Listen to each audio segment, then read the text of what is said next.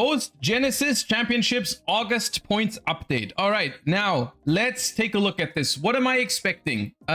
Blitz click hits. Most important.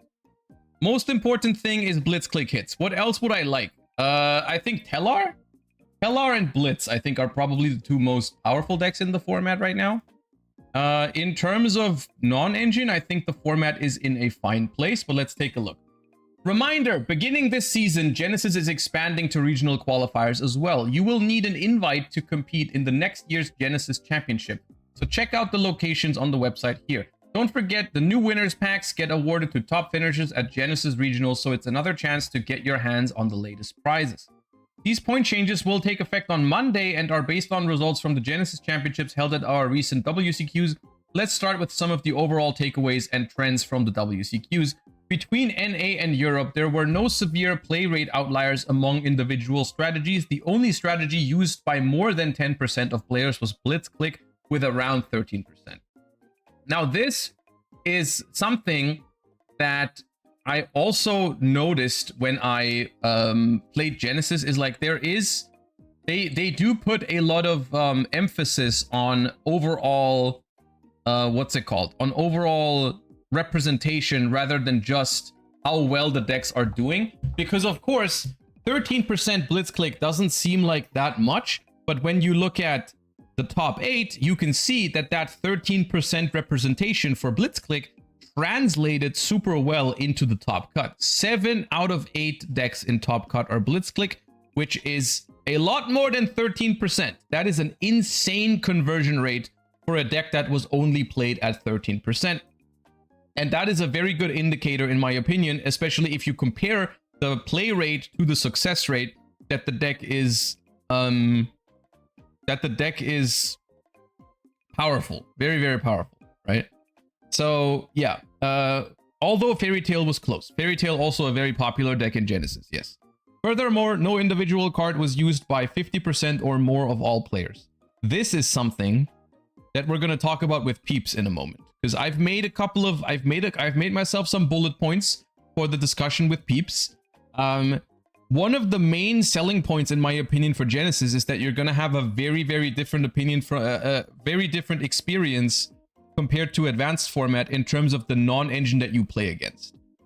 In TCG, if we had these numbers for TCG right now, I'm pretty sure we would have multiple, maybe 5 or more cards that easily hit more than 50%, but they hit like 80 to 90%. We're going to take a look. I actually went through the deck lists and we're going to go through those numbers later for Advanced Constructed and Genesis in terms of the topping decks, in terms of the representation. But I'll just spoiler one thing. I already said it earlier. Droll Lockbird was in 100% of the top 8 decks in both NA and Europe. Out of those 16 top 8 decks from those two events, it was 100% Droll Lockbird. And I'm pretty sure Droll Lockbird's usage rate is probably 80 to 90%, if not more, in Advanced Constructed. The same is true for Ash Blossom. The same is true for Molcharmies and stuff like that. And Called by the Grave. There's a lot of cards that have this sort of level of representation. And you do not have the same problem in Genesis. Oh my god, I didn't even know that. Oh, you're gonna have fun. I have the numbers for you. We can go over them in a second. I went over multiple cards and just in general a couple of concepts. Like I compared a couple of hand traps, couple of board breakers. I compared the number of floodgates. I compared the number of solemns and counter traps that people are siding for going first. Like we have a lot of stuff to talk about in a second between those two formats, because I'm kind of tired of people just comparing the formats based on like basically no evidence. People just say shit and they don't have evidence to back it up. And I went and grabbed some numbers on like, oh, this feels too much like advanced format and stuff like that. So yeah. Where can I find it? You can find it on this channel in about 12 minutes when we talk about it with Peeps, because I have it written down on my PC. That's where it is right now. You can get it here on this very channel in a little bit. Yeah. Otherwise, you have to collect the data yourself. The data is out there. The deck lists are all public for these tournaments. Anyways, we are not speedrunning this article right now. DD Crow did sneak just over 50% in North America, but was pulled back to the other side by Europe. So the most played card in Genesis format is freaking DD Crow. DD Crow is the most played individual Genesis card with just over 50% in NA, but less than 50% in Europe. So, yeah. The overall most popular strategy globally was Blitzkrieg, which swept the weekend's events. In Europe, the second most popular strategy was Melfi. Don't worry about Melfi, dude. That deck's not great. I thought it was good. It's not. While in North America, it was summoning Therion King Regulus. However, when you put the numbers together from both events, Fairy Tail comes out as the overall second most popular strategy. Melfi ended up with no top finishes anywhere. But one of the Regulus decks teaming it with Doomsy made top 8 in Europe. Fairy Tail made top 32 on every continent and was the winner of the South American Championship. The Central American Championship was won by Terror Knights using Rongo, which you put at 68 points, and now you're correcting that mistake. Okay, good start. Having finally won a championship, Rongo can now peacefully retire. Okay, dude, I don't know why we had to wait for a card like Rongo to win a tournament before we did this, but sure, I guess. Fine. Finally goes to 100. Congratulations. You've done the obvious thing that was necessary a year ago. A big question was which obstructive thunder monster ends up being the monster of choice for Blitzkrieg. Okay, this was a question for precisely nobody. Because spoilers, Blitzkrieg is incredibly strong even if it doesn't play any other thunder monsters. In my opinion, I don't think this was a very important question. This was not, I was not on the edge of my seat wondering which thunder monster is Blitzkrieg gonna play. That doesn't really impact it at all. I mean, they did play these cards because they were 0 points, but it wasn't like the big thing. The data shows Thunderclap Monk to be the heavy favorite with a small side of Lightning Rod Lord. The next question is, do you play 1 or 3 monks? A question that the winner answered with a emphatic 3. So here are the Blitzkrieg point changes for now. Whisker from 0 to 6, Breakaway from 0 to 2, Thunderclap Monk from 0 to 9, Lightning Rod Lord 0 to 1. I will say it's good that they're giving Blitzkrieg points. This is not the right way to do it. The fact that Thunderclap Monk out of all cards gets the most points is kind of outrageous, because these cards are not important to the strength of Blitzkrieg. They play them because they are 0 points, but the reason why Blitzkrieg is good is because the engine is incredibly strong, and with this, you can still play every single Blitzkrieg card at 3, and you still have points left over. So I don't think this is enough for Blitzkrieg. It's a meaningful hit still, and I'm happy they're doing that. I don't think it's enough personally. I disagree with you, but we can talk about that. Yeah, we can talk about that in a second, peeps. But I mean, it's still good. I'm not saying this makes me mad or anything like that. I just feel like I would have put more points on Whisker. I would have put more points on Whisker. Now Blitz cannot play both Charmies. Yeah, it's meaningful. You want to play 3 Whisker and you want to play 3 Breakaway, so that is 24 points added to the deck, which is a lot. That's a playset of Charmies basically that you have to take out of your deck to make that work now, which is good. I don't know how much the full engine for Blitzkrieg now is, like, what, 63? Yeah, 63, and that doesn't even factor in any Foolish Burial Goods, which is fine, I guess.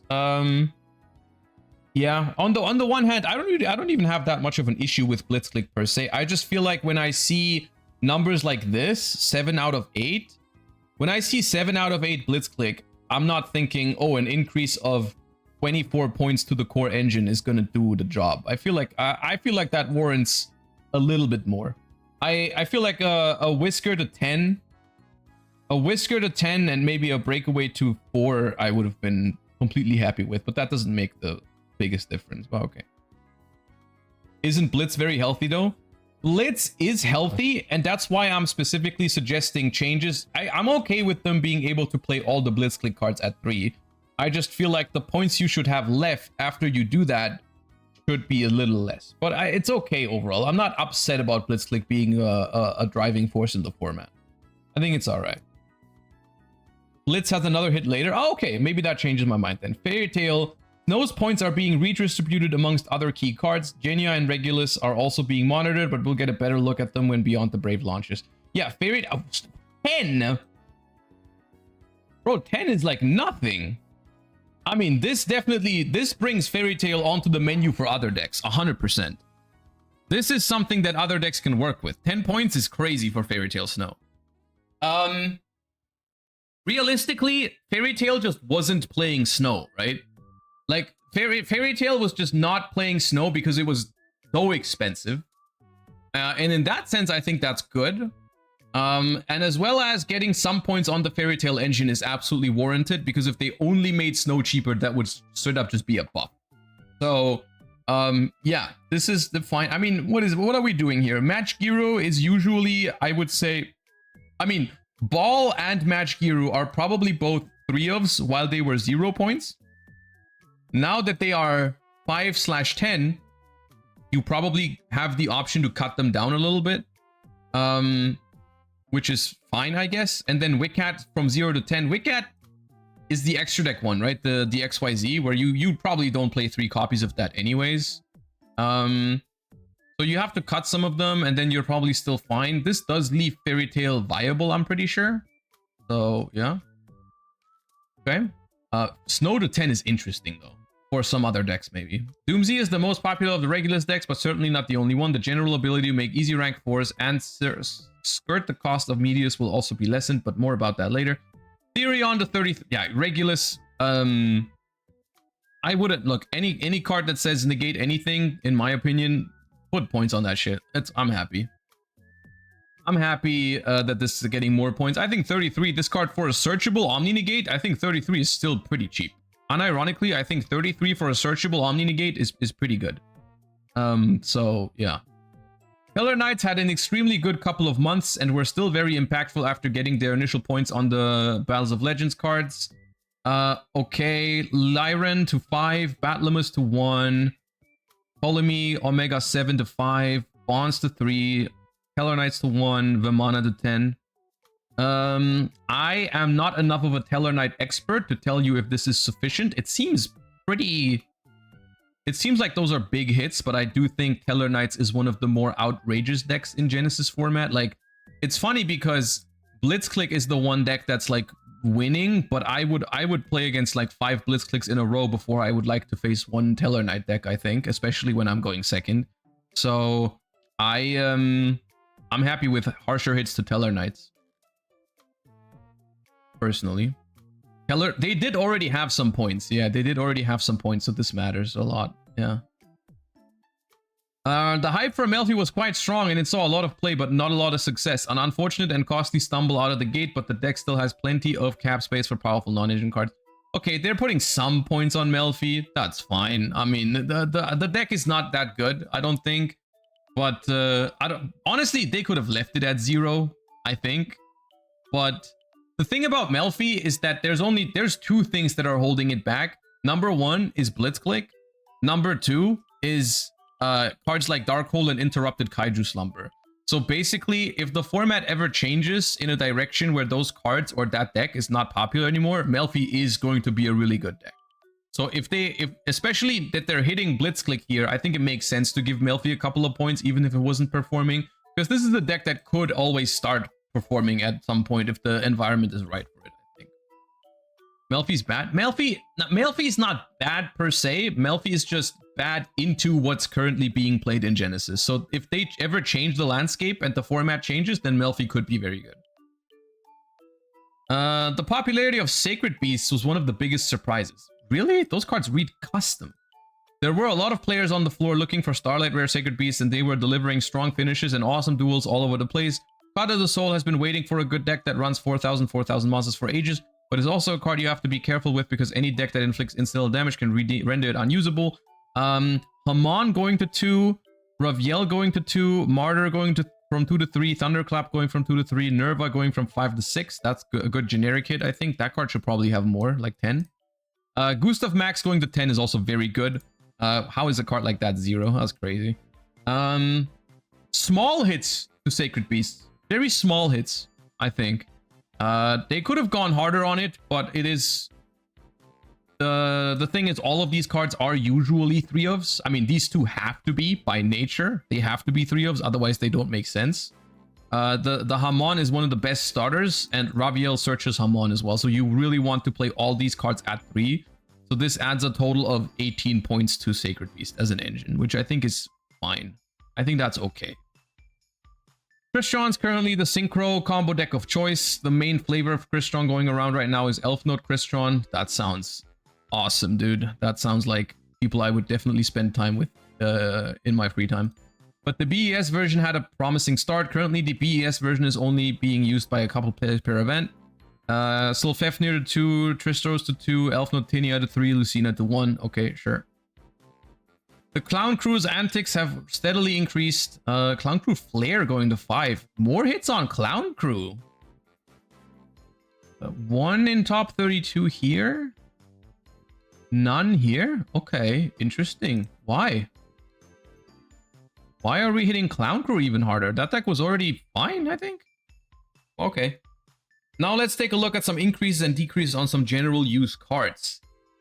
We have to hurry a little bit because otherwise, I mean, Peeps is already in chat, so just give me 5 more minutes, Peeps.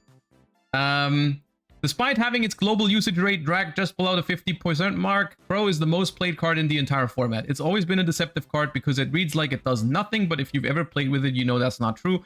A newer card with an over 40% use rate is Pear Bear Scare. This particular card is fascinating because the more people play it, the worse it gets. This is true. This is a very interesting social experiment kind of card.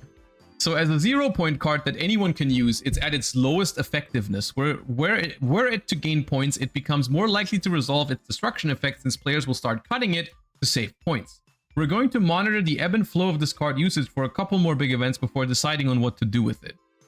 Okay, you know what? Fair enough. Also, Pear Bear Scare is just removal. I'm okay with people playing that card. I think that's alright.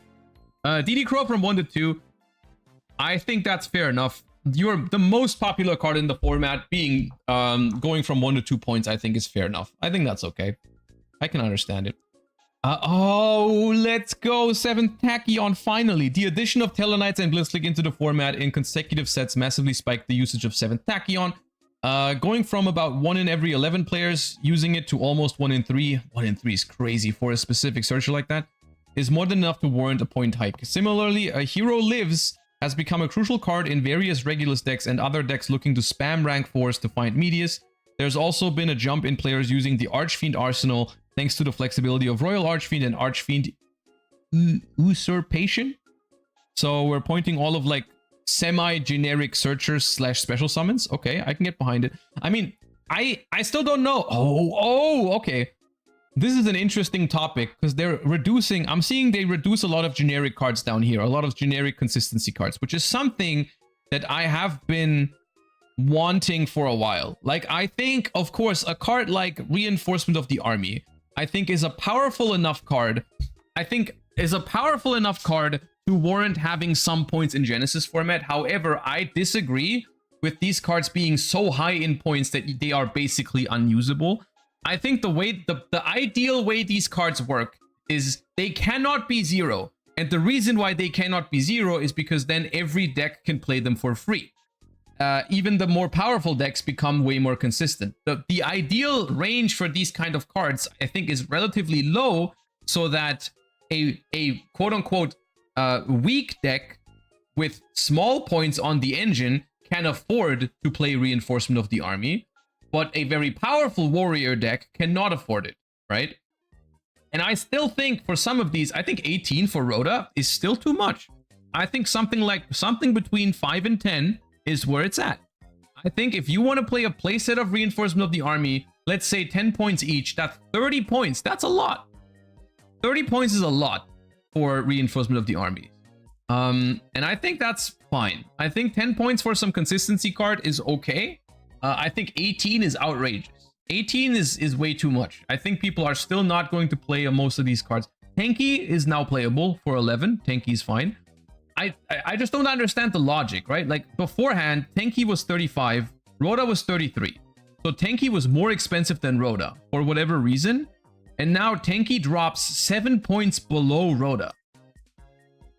Why? Why does Tanky drop 7 points below Rhoda all of a sudden? I don't know. But in general, I like the direction here. I like the direction. They've been slowly but surely reducing the non-engine points on consistency cards. I think consistency is good. They should hit the ceiling of decks by pointing the decks that do unfair stuff directly and have consistency be not free, but cheap is my take on this. So I like that. Okay, what else do we have?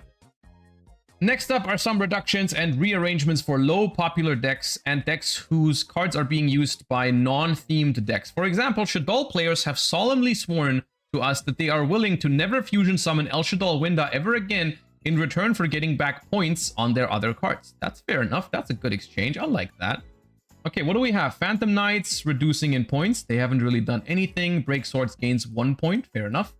Boreas Storm. Okay, Sword Soul Emergence.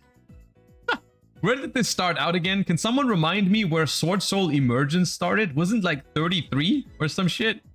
Just give it 0, man. Just admit that you're wrong. Just admit that you were wrong in thinking that Sword Soul was going to be a crazy deck in Genesis format, man.